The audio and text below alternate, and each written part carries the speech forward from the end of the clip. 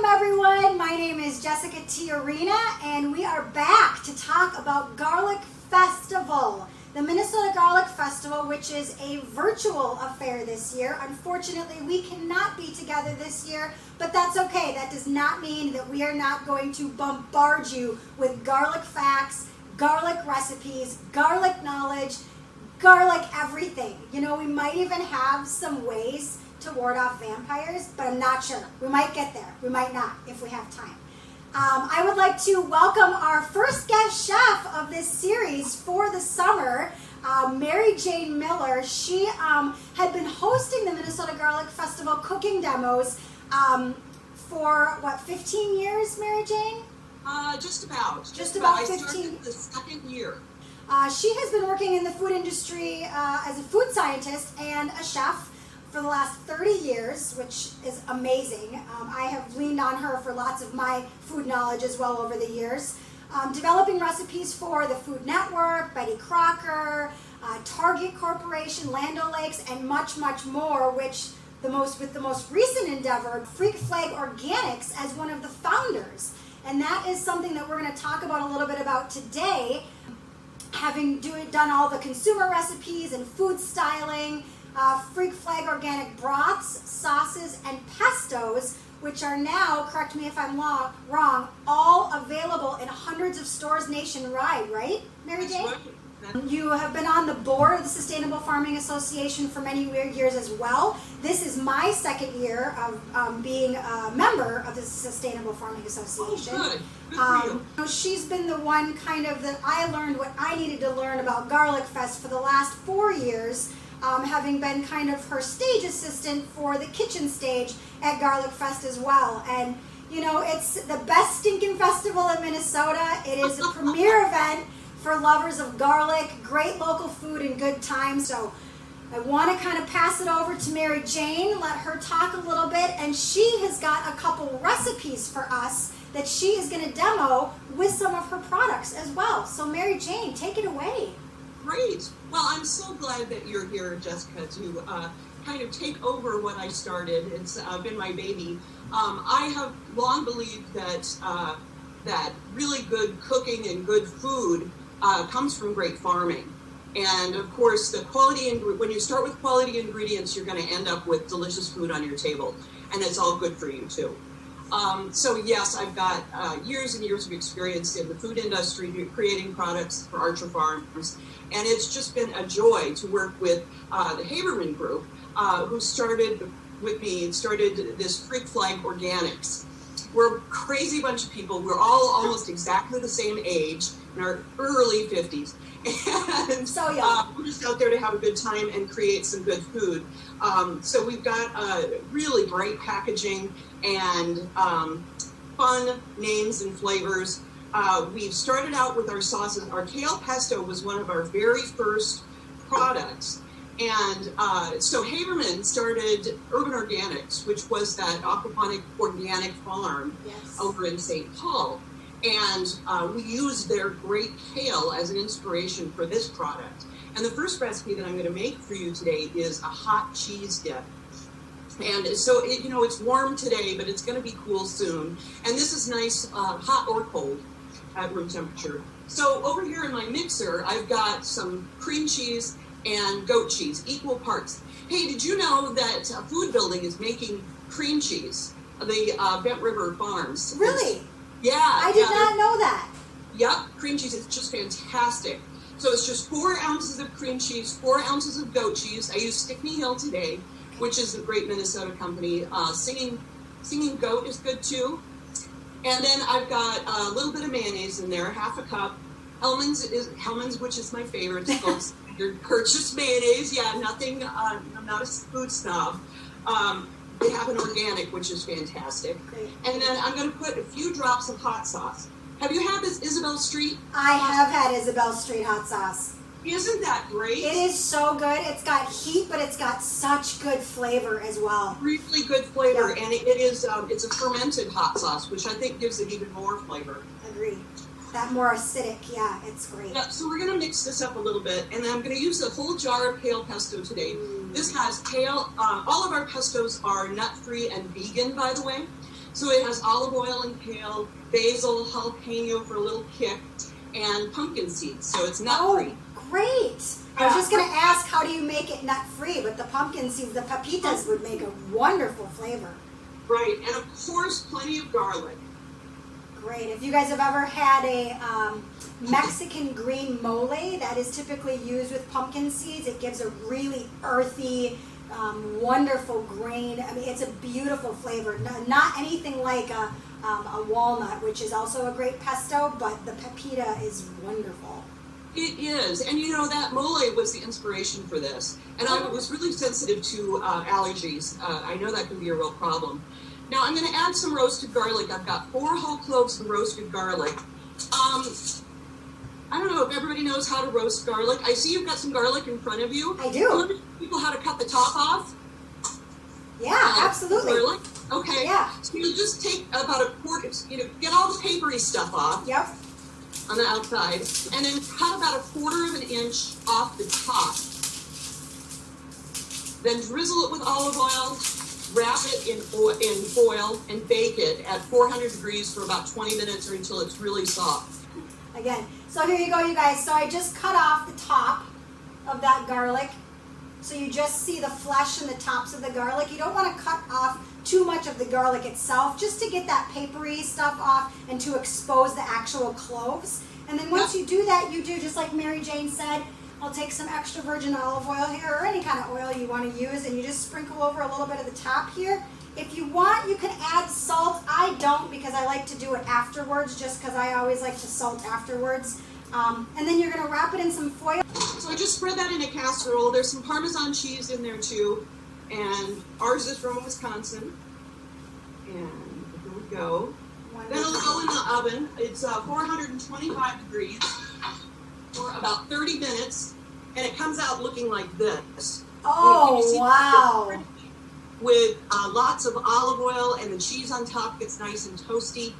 There, it's really yummy. I was debating on whether or not I should make it ahead of time just so I could taste it with you, but I'll have to make it later today. It looks, any time is a good time for cheesy ooey gooiness, so it doesn't matter to me what it is. That looks amazing, Mary Jane. Oh, thank you. Yep, it's really tasty. Rich with the olive oil, and we have lemon juice in our pesto, which really perks up that goat cheese. It's really bright and tasty. Yeah, that looks wonderful. Well, that was very simple.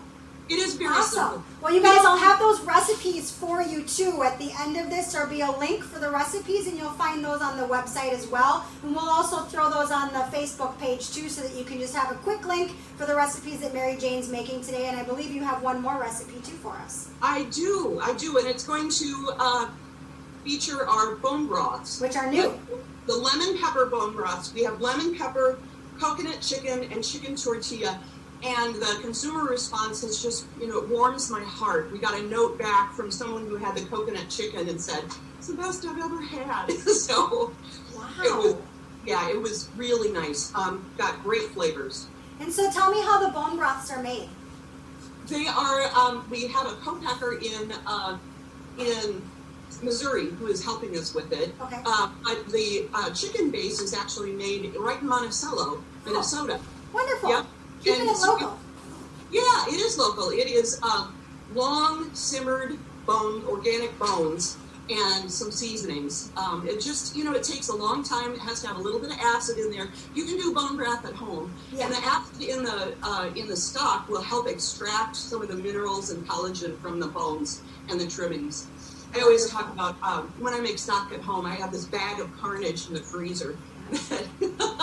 All my trimmings from vegetables and bones and chicken skin and everything goes in there, and then I make stock. But it takes a long time, and it is very handy to have something organic and good for you and flavorful. Yeah. So that was inspiration for this, and now with people cooking at home, and I think they're going to make a lot of use of this. I agree. And the coconut one, is that coconut milk that you're adding to it? It is coconut milk. Yep, and it has a little bit of lemongrass in there too. Oh, wonderful. Yep, high flavors to that. And the chicken tortilla is, you can imagine, has some southwestern spice to it, a little bit of heat with that rich chicken base. Wonderful. Yeah. Cool. I'll get some of these so you can try them. I can't wait. So the potato soup that I'm going to make today, it's ridiculously simple. You really don't even need a recipe for it. Perfect. But I think I've taken a note about how Russell Klein, who has Meritage in St. Paul, one of my favorite restaurants, he was one of our guest chefs at the second Garlic Festival. Well, and I'll tell you about that. It was funny. I went there to work in the kitchen with my friends from the Betty Crocker Test Kitchen. We were just volunteers. And we've got this kitchen full of these fabulous chefs, Lucia Watson, Russell Klein, Alex Roberts from Alma. Yep. And I said, why don't we do some cooking demos? So I ran home to Buffalo with my girlfriends. We raided my kitchen, raided my fridge, pulled out pots and pans and whatever we thought. We went back to the fairgrounds and set up a table in the rain, pulled it inside out of the rain, relocated, and then had the chefs just chop the market. We had fresh sweet corn and tomatoes and, all that great stuff. And so that's how we started doing these cooking demos. Wonderful. However long it was, 15 years ago. Yeah. And then I think about our relationship. I did a cooking demo at the Home and Garden Show for Twin Cities Live, and you were there to assist. And you were so great. You were one step ahead of me all the time. You knew what I meant when I asked for something to be chopped or whatever. And I thought, I could really use some help at Garlic Festival. And that's when I asked you to kind of manage the kitchen for me. Yeah. And after 4 years, you've been doing just fabulous work. So it's just natural to hand it off to you. Thank you. Yeah, so if you guys don't know, this Mary Jane kind of passed the baton to me as far as managing the chef demos at Garlic Fest moving forward. So after having kind of worked with her for 4 years to see her vision and how she has approached it and what she's done to implement change, it just happens to be a benefit that it's surrounding the Minnesota Garlic Fest and the Sustainable Farming Association. So it kind of all just wrapped in together nicely, and it's really something that I enjoy supporting and I believe in. The other sauces I have our tomato pesto. Oh, yes. Which is a very traditional kind of a mashup of Greek and Italian Mediterranean flavors in olive oil with plenty of rosemary. This is our chop sauce, which is, have you had brown sauce, the yes. British? Yes. So it's a lot like A1 or the British brown sauce. Sorry, you today. But, it was really fun. I started with an old recipe for steak sauce. And it had a ton of brown sugar in it. It tasted delicious, but I didn't want all that sugar. So we took all the sugar out, and I replaced it with things like dried plums or prunes. Oh. Prunes and raisin powder. I've got fig concentrate in here, all organic. And so we got that sweetness from dried fruit. Wonderful. And the vinegar and brown spices. Wow. It's been great with pork chops. I've never used a raisin powder before. That sounds intriguing. I know, that's the food science stuff. Yeah, and then curry mole. So I took Indian and Thai curry and flavors from Mexican mole and mashed them together, and it's spicy. It has a carrot puree as the base, so you get a little bit of natural sweetness. Oh, wonderful.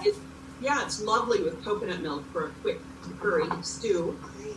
And then this is the Chipotle sriracha. This is the best seller at Hy-Vee right now. I believe you. Yeah, about my soup.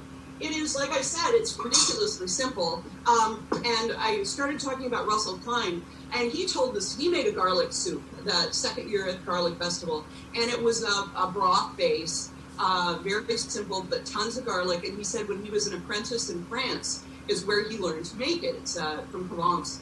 And he made it so often, and his chef loved it. He ate so much that his wife, the chef's wife, came to Russell and said, "Can you stop making that soup because our feet stink?" So, anyway, eat it at your own risk. I think it's delicious. That is why this is a perfect recipe for what we're doing. We're talking about the Minnesota Garlic Festival, you guys. You gotta eat a lot of garlic, and if someone's gonna tell you that your feet stink, then you've been doing something right. Right. So I took a whole container of the lemon pepper bone broth and put it in a little saucepan that I'd sauteed about a cup of chopped onions and some olive oil, so they were nice and soft. Then I put the broth in with 6 cloves of peeled garlic and a peeled potato. I like to use the Yukon Gold. I think those, it makes a nice creamy soup. Then I brought this to a boil, oh, with a bay leaf too. I brought this to a boil and let it simmer for 20 minutes covered. And then just blitz it up.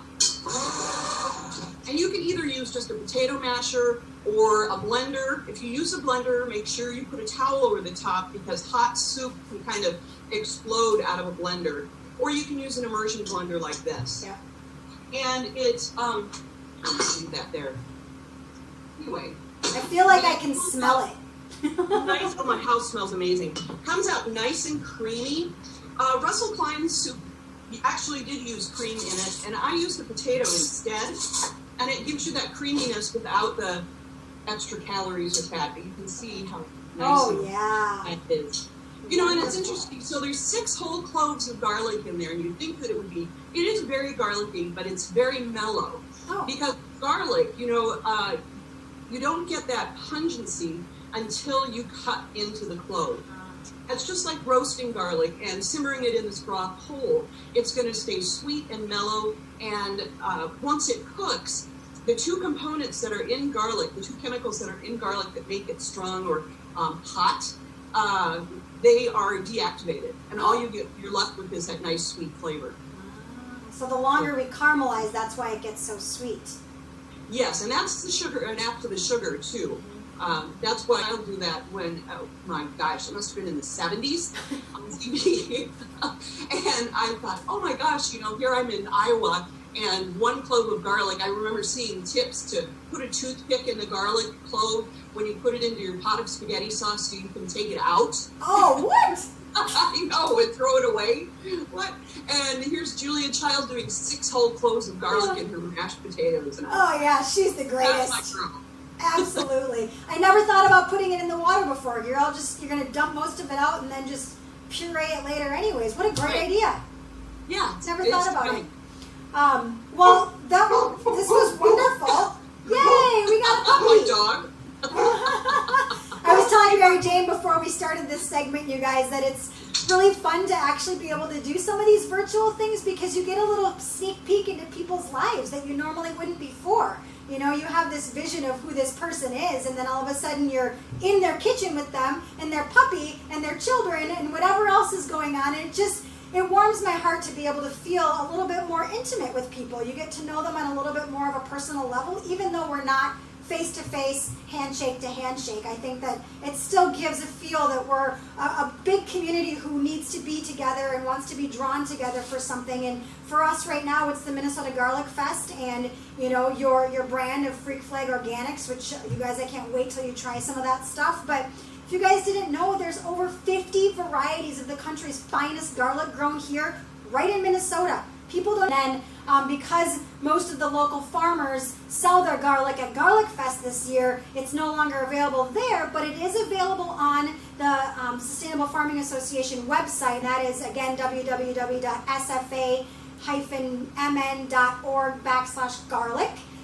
You can also go to our Facebook page, facebook.com Minnesota Garlic Festival or at Minnesota Garlic Festival. That is new now. That'll be fun with lots of pictures from the last 3 to 5 years that I've posted on there. Mary Jane, a bunch on there with you up on stage with some fun chefs. And then, yeah, they're fun. They're so fun. There's a lot of people going, like, laughing. Thank you so much. And again, hopefully we'll see you next year at one of the chef demos. But you guys pay attention, see what she's doing. And again, Freak Flag Organics available in stores locally, as well as find information on the website for them too. Thank you so much for your time. You guys have a great afternoon. Thank you so much, Mary Jane. Okay, bye-bye.